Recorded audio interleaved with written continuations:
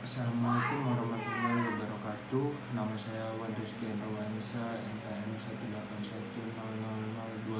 181000279, kelas B, mata kuliah Perbandingan Hukum Perdata, program kekhususan Hukum Perdata.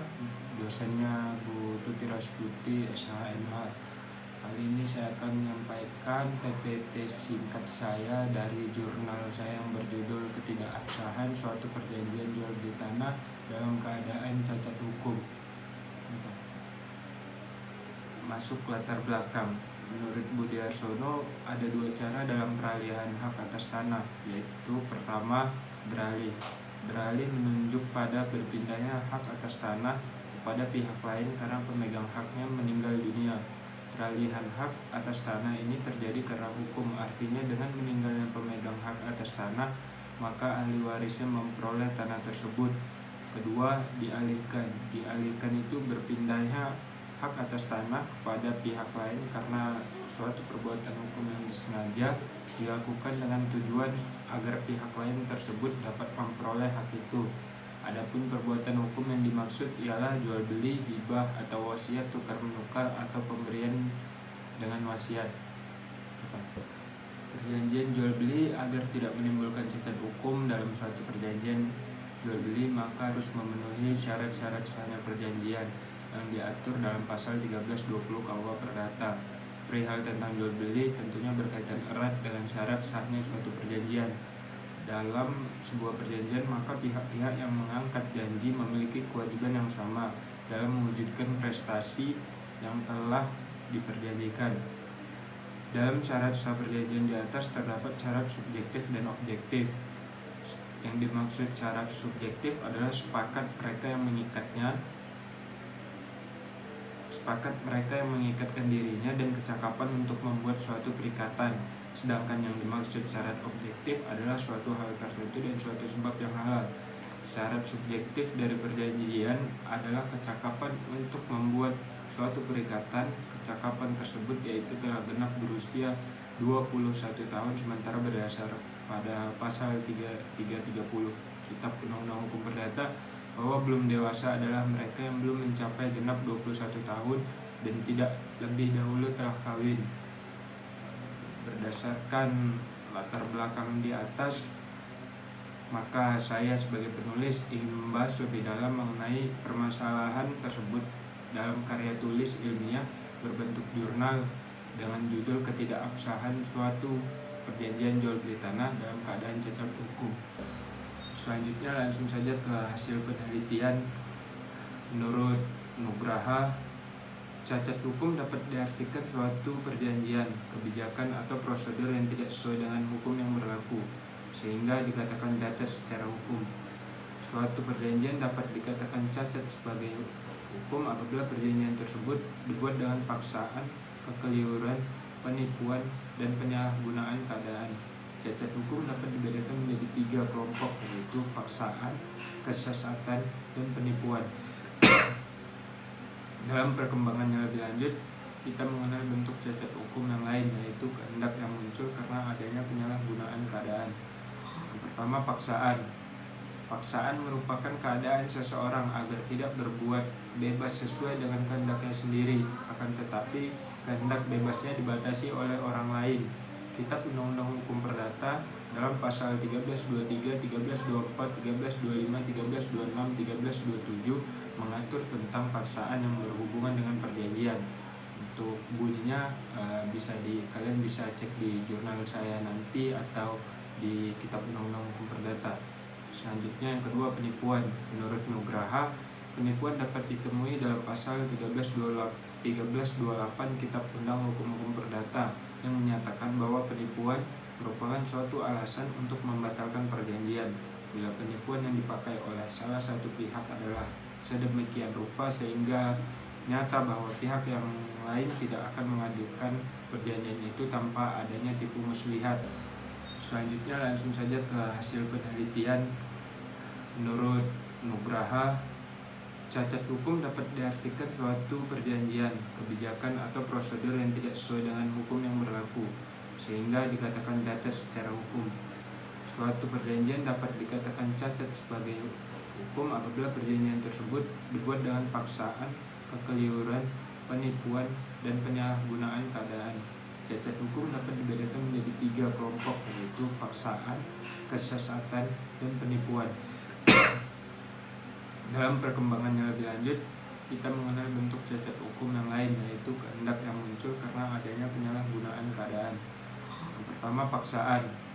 Paksaan merupakan keadaan seseorang agar tidak berbuat bebas sesuai dengan kehendaknya sendiri, akan tetapi kehendak bebasnya dibatasi oleh orang lain. Kitab Undang-Undang Hukum Perdata dalam pasal 1323, 1324, 1325, 1326, 1327 mengatur tentang paksaan yang berhubungan dengan perjanjian. Untuk bunyinya kalian bisa cek di jurnal saya nanti atau di Kitab Undang-Undang Hukum Perdata. Selanjutnya yang kedua, penipuan. Menurut Nugraha, penipuan dapat ditemui dalam pasal 1328. Yang ketiga, kesesatan. Kesesatan terjadi bila mana seseorang mempunyai gambaran yang berlainan dengan keadaan yang sesungguhnya daripada pihak yang lain dengan siapa atau pada suatu barang mengenai mana ia akan melakukan suatu perbuatan hukum.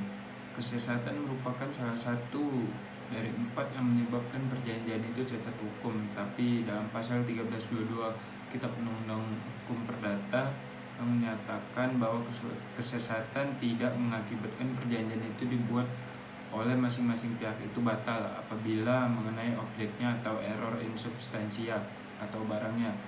Hal tersebut berbeda dengan kesesatan yang terjadi pada subjeknya atau error in persona. Kesesatan yang terletak pada subjek dari perjanjian dapat mengakibatkan perjanjian tersebut dapat dimintakan pembatalan. 4. Penyalahgunaan keadaan.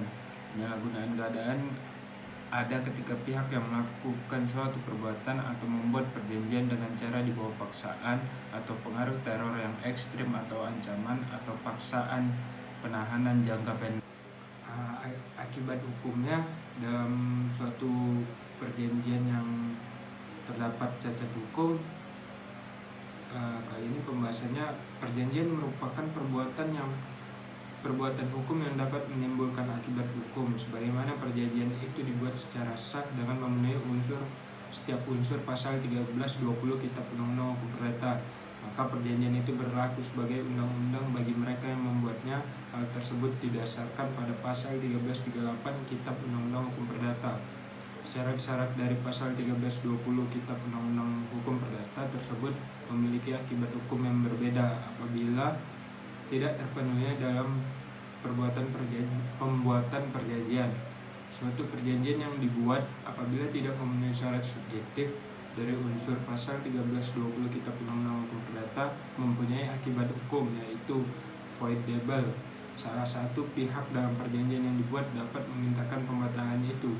Perjanjiannya sendiri tetap mengikat kedua belah pihak selama tidak dibatalkan oleh hakim. Atas permintaan pihak yang berhak meminta pembatalan tadi atau pihak yang tidak cakap atau pihak yang memberikan sepakatnya secara tidak bebas. Beda syarat, beda pula akibat hukumnya. Apabila dalam syarat subjektif tidak terpenuhi maka dapat dimintakan pembatalan. Hal tersebut berbeda dengan keadaan bila mana perjanjian tidak memenuhi syarat objektif dari pasal 1320 Kitab Undang-Undang Hukum Perdata. Dapat dikatakan null and void, yang berarti dari awal perjanjian itu telah batal atau perjanjian itu batal demi hukum. Dari semula tidak pernah ada dilahirkan suatu perjanjian dan tidak pernah ada suatu perikatan. Selanjutnya kesimpulan dan saran. Kesimpulan yang pertama, berdasarkan hasil pembahasan yang di atas maka dapat diambil kesimpulan 1. Cacat hukum dapat dibedakan menjadi 3 kelompok, yaitu paksaan, kesesatan, dan penipuan. Dalam perkembangannya lebih lanjut, kita mengenal bentuk cacat hukum yang lain, yaitu kehendak yang muncul karena adanya penyalahgunaan. Suatu perjanjian juga dapat dinyatakan cacat hukum apabila melanggar dari salah satu isi pasal 1320 KUH Perdata. Akibat hukum dari kesimpulan yang kedua, akibat hukum perjanjian jual beli tanah yang terdapat cacat hukum, yaitu perjanjian jual beli tanah tersebut tidak sah dan dapat dibatalkan atau ketidakabsahan. Beda syarat, beda pula akibat hukumnya. Apabila dalam syarat subjektif tidak terpenuhi, maka dapat dimintakan pembatalan. Hal tersebut berbeda dengan keadaan bila mana perjanjian tidak memenuhi syarat objektif dari pasal 1320 Kitab Undang-Undang Hukum Perdata dapat dikatakan null and void, yang berarti dari awal perjanjian itu telah batal atau perjanjian itu batal demi hukum.